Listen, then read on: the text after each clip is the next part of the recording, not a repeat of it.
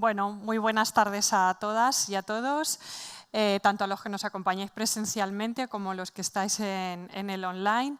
Para mí es un placer hoy unirme a tantísimo talento y tantísimas mujeres interesantes, hablando de retos, de experiencias y de todo el camino que nos queda por recorrer en el ámbito de la inteligencia artificial, ¿no? Tengo el placer de presentaros a las integrantes de la primera mesa, Gobernanza del dato y su impacto en la inteligencia artificial. Voy a leer sus trayectorias porque no me quiero equivocar. María Teresa Ballester, que es profesora e investigadora de la Universidad Rey Juan Carlos y Head of Analytical Consultants en Google. Venga. Estefanía Yagüe, de la directora de Consumer and Market Intelligence en L'Oréal, España y Portugal, y Paloma Cuesta, que es actualmente Data Management and Data Governance Senior Consultant en una empresa del sector público. Bienvenidas. Vamos a ver si disfrutamos este ratito y lo hacemos disfrutar también a vosotros. Así que nada, nos sentamos y vamos arrancando. Bien. Venga, pues a mí me gustaría, para arrancar, empezar con alguna pregunta un poco más genérica y luego ir bajando a algunos retos más particulares, ¿no? Bueno, en primer lugar, os quería trasladar una pregunta en torno al consenso que creéis que hay de manera general en el tema del gobierno del dato. Es decir, todos hablamos, al final llega un momento que hay determinados conceptos que se convierten como muy manidos, ¿no? Que los oímos en muchos sitios, los utilizamos de muchas maneras. ¿Cómo creéis que es realmente? ¿Todos nos referimos a lo mismo cuando hablamos de gobierno del dato? ¿Normativa? ¿Qué se usa? ¿Cómo lo veis? Bueno, en mi opinión, no existe ahora mismo un consenso relativo al término de gobierno del dato. Y dependiendo de la madurez de adopción de analytics de cada organización, define gobierno del dato de una forma u otra. Conforme su adopción se vuelve más madura, entran en, digamos, definiciones más complejas y más completas. Yo creo que estoy de acuerdo con Maite. O sea, es difícil, ¿no? Es difícil que tengamos el mismo concepto en distintas empresas, incluso también en distintos países. Porque yo como multinacional en L'Oréal, pues no está en el mismo nivel de madurez pues España que Estados Unidos o China, imagínate, ¿no? O sea que, en primer lugar, yo creo que nos tenemos que poner de acuerdo internamente y luego las industrias irán convergiendo. Yo creo que además no solo influye el nivel de madurez, como bien decía Maite, es que incluso tu sector no es lo mismo que estés en la banca que estés en la cosmética. Claro. Tu ecosistema, si tienes datos internos, externos, si tienes que trabajar con otros partners, o sea, al final el ecosistema lo vas montando. Y que esto hemos comenzado también hace muchos años, que no teníamos ni idea, ¿no? Y íbamos haciendo un poco sobre la marcha, pues eso, cogiendo los datos, el dominio del dato, entendiendo lo que era un data engineering, un data scientist, o sea, incluso necesitamos como una especie de formación. Claro. Sí que creo que en el futuro iremos convergiendo, ¿vale? No habrá tantas diferencias porque llegaremos a madurez, ¿no? a más consenso. Además, encuentros como este nos ayuda pues, a conocernos, a poner en debate y también en contrastar, ¿no? Que entiende pues, Maite o Paloma por esto y por el tema de la gobernanza y nutrirnos entre nosotros, ¿no? Compartir problemas. Entonces, yo creo que ahora sería una casualidad, ¿no? Estar de acuerdo, ¿no? Pero creo que en el futuro sí que llegará, Irene.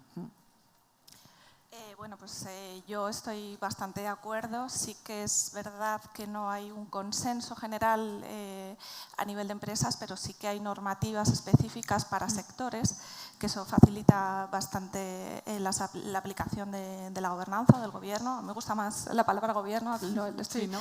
Literalmente gobernanza. Pero sí que veo que dependiendo del sector y sobre todo la exigencia normativa y la aplicación y también cuánto vamos a pagar si incumplimos, ¿no? En base a eso, pues lógicamente la banca ha empezado a ser más estricta, tiene una metodología mucho más clara. Pero bueno, también hay otros sectores que los cuales ya empiezan a moverse dentro de ciertas normativas más o menos claras, pero bueno, en general, un consenso general a nivel nacional, europeo, entre empresas no existe. No existe. Muy bien, bueno, yo creo que, como bien dice, la normativa será también una de las cosas que apalanquen, pues eso, el consenso de manera obligada, ¿no? Y también la madurez, porque, como decías, Estefanía, probablemente hace ya mucho tiempo que se estaba haciendo gobierno del dato y no tenía este nombre puesto tan, ¿no? Y ahora ya le vamos poniendo nombres que nos resultan a todos más conocidos. Muy bien, pues vamos aterrizando en cosas más concretas. Hay un tema que está intrínsecamente ligado al gobierno y a la inteligencia artificial y también es alguno de los que ya rellenan muchos titulares de papers y de muchas noticias, que es el concepto de democratización del dato, ¿no? Que yo creo que es un trasfondo común a determinadas cosas de las que estamos hablando aquí hoy. Yo sobre esto os quería preguntar sobre vuestra opinión y sobre todo qué roadmap veis que hay que recorrer en ese mundo de la democratización del dato y qué roles dentro de la compañía intervienen y cómo se relacionan, ¿no? Que creo que es uno también de los temas que hay que poner encima de la mesa. Bueno, yo creo que también está todo estrechamente vinculado realmente. Conforme tú vas desarrollando tu modelo, digamos, de adopción de Analytics, desarrollas todo lo relativo a gobernanza del dato y a partir de ahí tienes que empezar también a construir, es decir, tienes que desarrollar ese roadmap desde las primeras bases hasta luego completar lo que es tu modelo de gobernanza del dato de acuerdo a lo que la compañía y la organización necesite en cada momento. Al final, todo lo que es mundo dato tiene que estar al servicio de la organización en la toma de decisiones. Creo que hay que tener cuidado de no desvincular lo que es dato y tecnología de lo que es la necesidad de una organización. Al final, independientemente de si hablamos de inteligencia artificial o cualquier otro tipo de analítica avanzada o incluso análisis más sencillos, siempre tienen que dar respuesta a una necesidad del negocio. Y en función de que esas preguntas sean cada vez más complejas, los modelos van evolucionando y siendo más complejos. Y a partir de ahí ya se despliega todo lo que es la necesidad de roles específicos dentro de la organización para cubrir esas necesidades. Totalmente. Yo creo que son dos cosas, ¿no? Primero, la democratización para mí es el objetivo hacia donde tenemos que ir. Como bien decía Maite, en definitiva, tiene que estar al servicio de todos los usuarios, por eso la palabra democratización es clave. Y tiene que tener un fin desde el punto de vista del negocio, ¿vale? ¿Para qué vamos a usar esos datos? A lo mejor hay algunos datos que no nos interesa incluso usar ahora y otros sí, ¿no? Entonces, para mí ese es el fin en sí mismo y el objetivo por el cual se monta todo esto, ¿no? Desde lo que sería el combustible de los datos, todo el tema del Big Data, ahora todas las aplicaciones para conseguir ese fin. Y luego el roadmap, pues creo que estamos aprendiendo también, o por lo menos yo lo veo así desde L'Oréal. Me recuerda un poco también a todo esto que es un hype ahora del metaverso, también, en el sentido de ¿por dónde vamos a empezar? ¿No? Porque se oye de aquí, de allá, y vamos aprendiendo sobre la marcha, ¿no? Entonces, como lo hemos hecho en mi empresa, que puedo compartir y me encantará escuchar a mis compañeras, primero es un poco como la tierra, ¿no? Es decir, vamos a ver qué datos existen, dónde están. O sea, solamente ese inventario ya te lleva muchísimo tiempo. Las personas también que piensen eso, que tienen que ceder el dato, que el dato no es propietario de unos departamentos dentro de la compañía, sino que el dato es una tierra de abono que tenemos que poner al servicio de la compañía para seguir siendo competitivos. Entonces, ¿cómo primero hacemos ese inventario, localizamos? Nosotros luego, una vez que hemos tenido todo ese inventario que te lleva muchísimo tiempo localizar y que sigue creciendo, empezando por ahí, dinámico, ¿no? definir lo que llamamos dominios, ¿no? Dominios de datos, que no es más que ponerlos en conjuntos, ¿no? Por grado de similitud y con un objetivo, ¿no? ¿Para qué van a servir estos datos, ¿no? Entonces te puede salir, nosotros tenemos cerca de 20 dominios en los que estamos trabajando. Y a partir de ahí también verás las personas que necesitas para crecer esos datos, ¿no? Desde quién te los proporciona, quién los trata, quién los analiza y quién los entrega y quién los lee, ¿no? Y quién los utiliza. Entonces, yo creo que hay una serie de perfiles, pero quizás no todas las tierras, no todos los dominios necesitan los mismos perfiles, ¿no? O hay perfiles transversales y, de hecho, del aprendizaje de unos trasladamos a otros. Entonces, para mí el roadmap es eso, es primero empezar por el principio, es ver qué tenemos, localizar, perimetrar y a partir de ahí trabajar con los datos, con los perfiles, ¿no? Una segmentación, ¿no? Sí. O sea, una agrupación, identificación de esos territorios. Eso es. Paloma. Muy en línea con lo que ha dicho Estefanía, efectivamente es decidir quién hace qué, cuándo, cómo. O sea, no todo el mundo tiene que tener acceso a todos los datos Estamos en un momento en el que hay mucho acceso y eso hay que limitarlo de alguna manera. Bueno, hay mucha metodología al respecto. De hecho, ahora entramos en reuniones con gente de legal, equipos de arquitectos de datos. O sea, claro, es muy extenso el campo, es un ataque muy holístico el que hay que hacer porque son muchas cosas, tienes que tener en cuenta más allá de los accesos, más allá de la calidad, más allá de la seguridad, es el ataque un poco de cómo se ha construido la compañía a nivel de datos y revisar eso para una futura auditabilidad. Nos encontramos con muchos silos de datos y tenemos un acceso y una analítica muy potente, pero el reto que surge ahora es cómo unificar todos esos datos. O sea, que una propia compañía se puede hacer la pregunta de ¿cuántos clientes tenemos? O sea, esta simple pregunta a día de hoy en prácticamente todas las empresas, por no decir en todas, es un ejercicio muy complicado, muy simple, aparentemente, que unas pocas personas tengan acceso al número de clientes que manejan. También porque hay un problema de identificación unívoca del cliente, que eso se está solucionando un poco con la multibiometría, pero todavía estamos en los inicios. Pero es complicado. O sea, preguntas aparentemente sencillas cuando vas a unir todos tus datos, cuando quieres hablar, el objetivo es que todo el mundo hable el mismo idioma, con un diccionario, con unos estándares, con unas políticas claras de, bueno, ¿y ahora cómo lo hacemos? Pues todo eso, empezar a tenerlo documentado y claro y a la hora de también hacer auditorías, que es... En la línea de lo que dices, probablemente uno de los problemas que se puede encontrar es que la misma pregunta actualmente hecha a diferentes departamentos, como bien decías, obtienes respuestas distintas, ¿no? O sea, que eso ya es un punto de partida. Vamos, ahí hay terreno, como decías, para empezar a trabajar y empezar ahí a sembrar y desde ahí construir, ¿no? Sí. Habéis coincidido casi todas en una palabra que yo no sé si es un reto o es una barrera, ¿no? Y es el concepto de la compartición.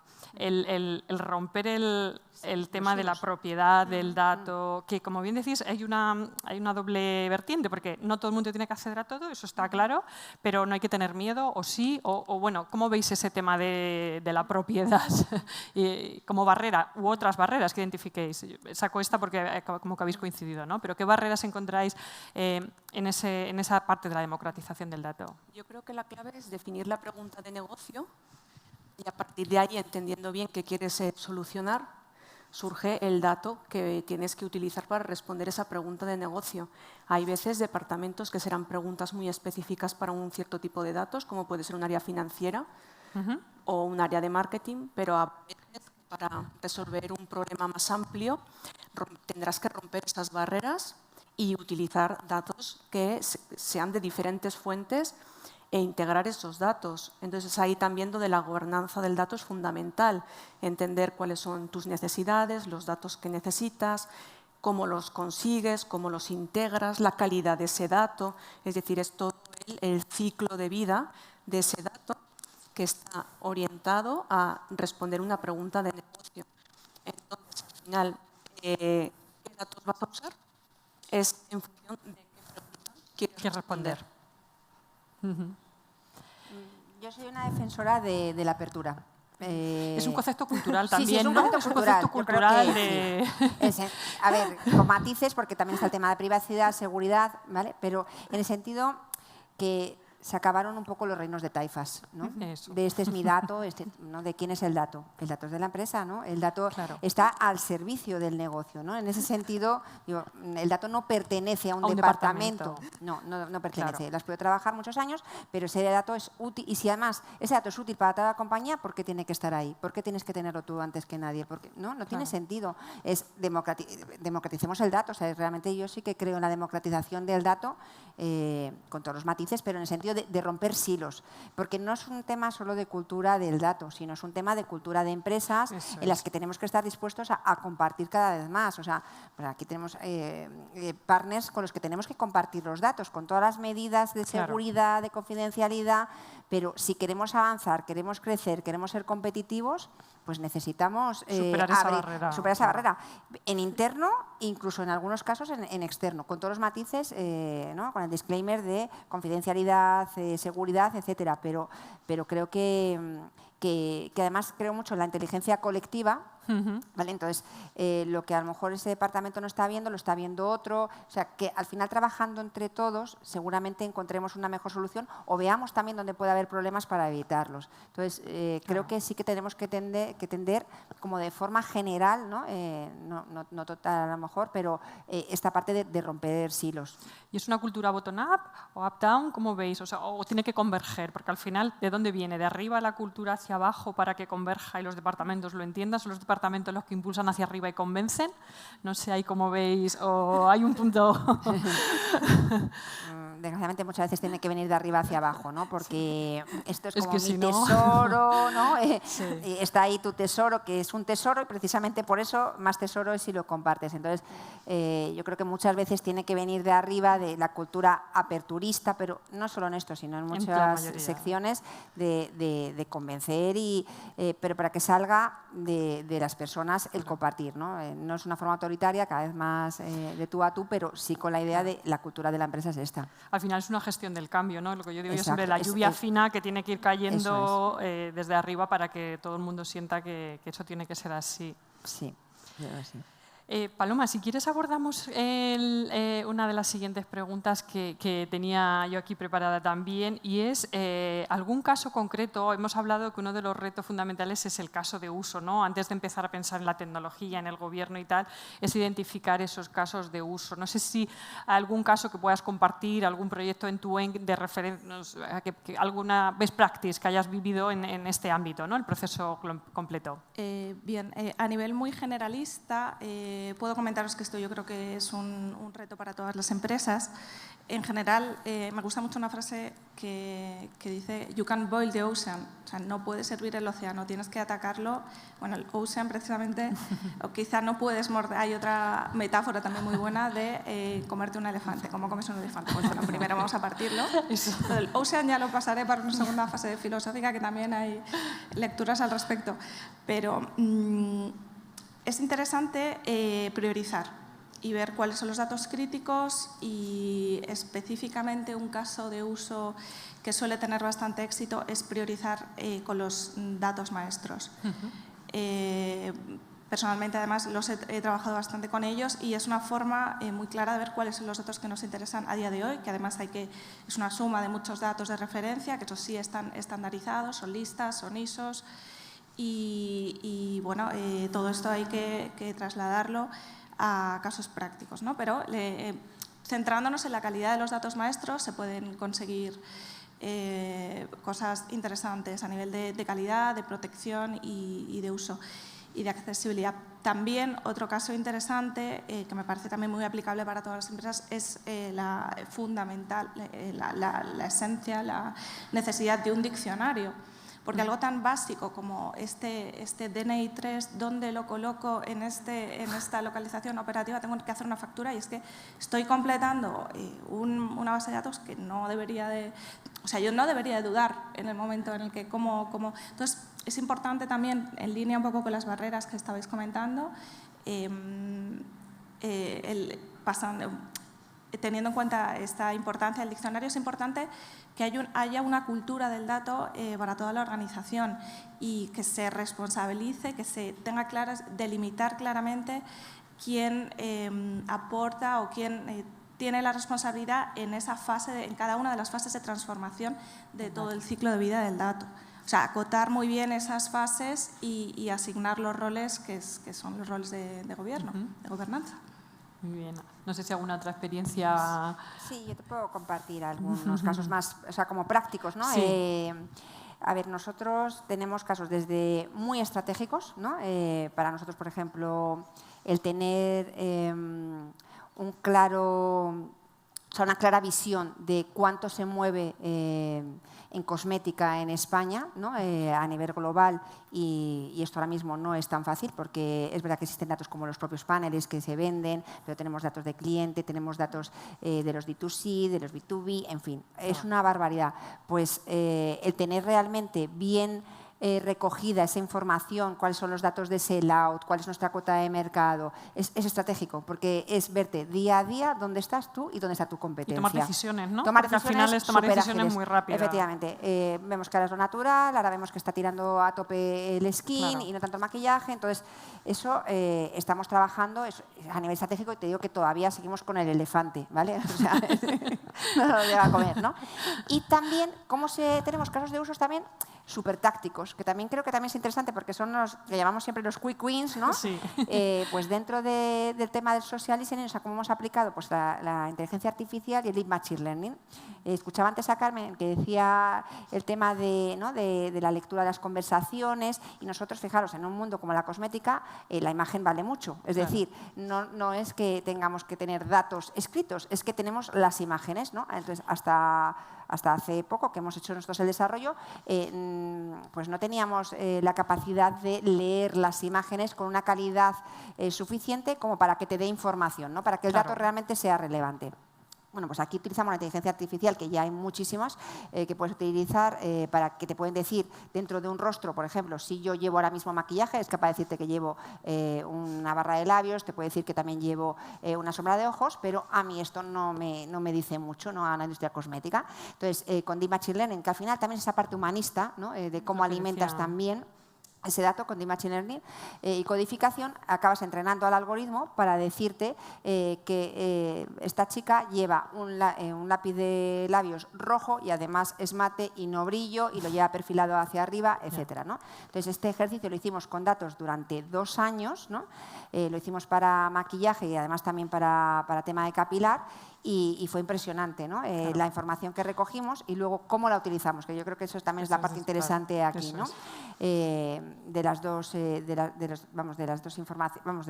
aplicaciones que hicimos. Bueno, pues nosotros éramos capaces de ver tendencias, cómo utilizaban los productos de cosmética, si era a través de los influencers, si era a través de las marcas, si era a través del usuario, capturábamos tendencias y nos anticipábamos a ellas o las empujábamos o decidíamos también qué producto teníamos que sacar, ¿vale? Es decir, oye, dentro de la casa, venga, rápidamente a París, existen tintes de colores que ahora mismo la gente le apetece teñirse de rosa, ¿no? Que estamos viendo que llega esta tendencia, pum, pues venga, se lanza el rosa y no se lanza el azul y el verde. ¿Te quiero decir? Sí, pero esa inmediatez, ¿no? Creo que hemos ganado en la... Entonces, a mí este ejemplo, a pesar de ser más táctico, me parece impresionante, ¿no? Me gustó muchísimo desarrollarlo porque, bueno, pues utilizamos eso, la inteligencia artificial, el Deep Machine Learning, pero luego fuimos capaces de accionarlo con muchísima agilidad y éxito dentro del negocio, porque estas cosas pueden quedar muy bonitas, pero luego al final tú a tu presidente tienes que demostrarle que eso ha valido para algo, claro, ¿no? el retorno, ¿no? Que al final es en lo que estamos en el business. Necesitas todo también de su retorno de la inversión y no siempre es tan inmediato, quizás, ¿no? Que igual también hay frustración, no sé, esto también es una pregunta así que me surge al vuelo, qué nivel de frustración puede haber o no cuando estás haciendo, ese por ejemplo, os ha funcionado muy bien, ¿no? Pero hay que invertir mucho para buscar un resultado y no siempre a lo mejor. ¿Y cómo mueves internamente? ¿Cómo va eso alineado con el cambio de cultura? Cuando estás intentando convencer que esto sirve, pero te vas encontrando con casos de uso que a lo mejor son frustrados, ¿no? ¿Cómo se maneja ese concepto de la incertidumbre, del ratio de conversión? Quizás os habéis vivido también alguna experiencia no tan, digamos, buena en el camino que os haya hecho aprender. Sí, totalmente. O sea, quien no lo diga, por claro, supuesto que por eso, pero fracasos. Que del fracaso se aprende el fracaso tanto como existe y el fracaso, como dirían los americanos, te sirve para aprender. Hombre, ¿no? claro. Entonces, es así. Hay cosas que ves que no tienen sentido porque a lo mejor surgen otras que te lo aceleran y entonces, oye, fenomenal, llega otra solución, o bien te das cuenta que no lo estabas haciendo de la forma adecuada, ¿no? Entonces tienes que, bueno, pues lleva más tiempo, lo que dices tú, los jefes siempre tienen como más ansia de que las cosas, ¿no? Como diciendo, pues esto ya ha empezado hace un año, ¿cómo seguimos todavía con esto que no avanza? Y bueno, es que a veces no es tan fácil, ¿no? Es lo que dices tú, es coger ese concepto cultural otra vez un poco, ¿no? Que al final hay más followers seguramente dentro de la propia compañía respecto a la confianza en esta tecnología y otros más haters, y estos son los que hay que convencer, ¿no? De que hay que seguir ahí invirtiendo y hay miedo también en el dato, hay preocupación de qué se hace con el dato, qué pasa, entonces bueno, pues al final el consenso hace que bueno, que como un elefante vaya a ser en algunos proyectos un poquito más lentos. Sí. Resistencia al cambio. Resistencia al cambio también. Mucha. Cuando dices, bueno, pero yo voy a ser responsable del dato, ¿en qué tramo? Pero no, nadie quiere ser responsable de los datos. Es que tú vas a ser data steward en esta zona del dato, que es importante asignar también responsabilidades que no... Yo creo que al final estamos hablando de muchos retos de gestión del cambio en general, que no deja de ser común a otros cambios y que aquí aplican directamente en lo que estamos hablando. Bueno, pues como cierre una última pregunta que yo creo que al final puede ser un colofón, ¿no?, a todo lo que hemos hablado. ¿Creéis que entonces el Gobierno y la inteligencia artificial son una realidad ya? Vuestras compañías estoy viendo que probablemente sí, pero ¿tenéis esa sensación realmente? ¿Cuánto nos queda? ¿En qué punto estamos del viaje? Yo, pienso que es una realidad para cierto tipo de empresas que están marcando un poco la tendencia y están abriendo las puertas para entender cuáles son los beneficios del uso de los datos en ciertos campos, y yo creo que a partir de ahí hay empresas que van a ver y van a sentirse más confiadas para iniciar proyectos de esas características. Si bien es cierto que dentro de un proceso transformacional es importante quizás empezar por proyectos que muestren los resultados de una forma rápida para que los stakeholders de la organización vean los beneficios de la inversión, y a partir de ahí, ganando confianza, se puede empezar a abordar proyectos más grandes, sobre todo por lo que comentábamos antes de estoy en un proyecto desde hace un año. Claro. Pues empezar por proyectos más pequeños, de más fácil implementación, donde los stakeholders internos vean el beneficio, y a partir de ahí empezar a encontrar sobre todo sponsors para continuar en la adopción del dato, específicamente en proyectos más complejos. Sí, yo creo que es una realidad. Esto ha venido para quedarse, además. Ha venido para quedarse y estamos inmersos en ellos, ¿no? Entonces, quizás algunas empresas fuimos más pioneras y nos fuimos dando más tortazos, ¿no? Las empresas que lleguen ahora pues tienen esa ventaja, no es que lleguen más tarde. Bueno, pues tienen el aprendizaje de aquellas que fueron abriendo camino, efectivamente, y pueden aprender y llevarse el conocimiento, bueno, pues de una forma más ágil, ¿no? Mucho más rápida. Entonces, bueno, creo que como toda la vida te toca un momento u otro y también una responsabilidad, ¿no? Dependiendo de qué compañías estás, te toca abrir un poco más de camino, pero claramente pues está aquí, y de hecho yo creo que es que se va a hacer mucho más grande, ¿no? O sea, esto es el comienzo del viaje. Sí, respecto además al gobierno del dato, que es algo que en empresas nacionales es algo un poco menos usual. Es verdad que en empresas internacionales es algo que, como pasó con el Big Data en sus orígenes en España, en Estados Unidos llevaban unos cuantos años de ventaja en ciertas algoritmias y bueno, entender un poco la metodología. Y, bueno, hay que hacer un ejercicio muy importante de formación y de comunicación dentro de la propia empresa y bueno, dentro de eso es un gran reto y efectivamente estamos en los albores. O sea, estamos de suerte, yo creo, ¿no? Porque al final, como conclusión, un poco yo creo por lo que habéis dicho, que estamos de suerte, estamos en un terreno que hay que abonar, hay ingredientes, hay que ordenarlos, colocarlos y, bueno, pues tenemos esa oportunidad para los que nos gusta y estamos ahí metidos, ¿no? Y yo creo que eso es lo interesante de todo esto, y este tipo de eventos yo creo que también sirven para que ojalá a través de la experiencia pues más gente se sienta en esa necesidad. Yo creo que, como decíais, me quedo con esas frases, ¿no? De que estamos en los comienzos, que esto ha venido para quedarse y que tenemos mucho por hacer. Así que no sé si alguna cosa más queréis aportar, pero... Bueno, yo me estoy acordando de un tema que ha comentado Carmen al inicio. Hay que pensar en el corto, medio y largo plazo. Acotar proyectos pequeños para el corto plazo, pero pensar también en que esto, la normativa va a aumentar para muchos sectores que hasta a día de hoy no están regulados. Y bueno, que hay que pensar en estos planes estructurales a nivel de empresa. Sí. Hombre, está claro, también es verdad toda la normativa, la legislación, estos sectores que están mucho más normalizados, como también al final la normativa no sea un lastre, ¿no? Y vaya a la par y acompañe a la velocidad que las compañías necesitan, que es a veces uno de los grandes problemas que nos hemos encontrado en otras fases, no del dato, pero en otros cambios, ¿no? De cómo la normativa a veces tiene que ser un impulsor y no un lastre, ¿no? Y aquí, bueno, creo que ya no sé si está Carmen, pero es ese también uno de los factores clave. Pues muy bien, muchísimas gracias. Encantada de haber compartido con vosotras este ratito. Y no sé si hay preguntas o cómo lo hacemos. ¿Lo hacemos? Vale. Muy bien, pues muchísimas gracias. Gracias. Gracias. Muchas gracias. A vosotras.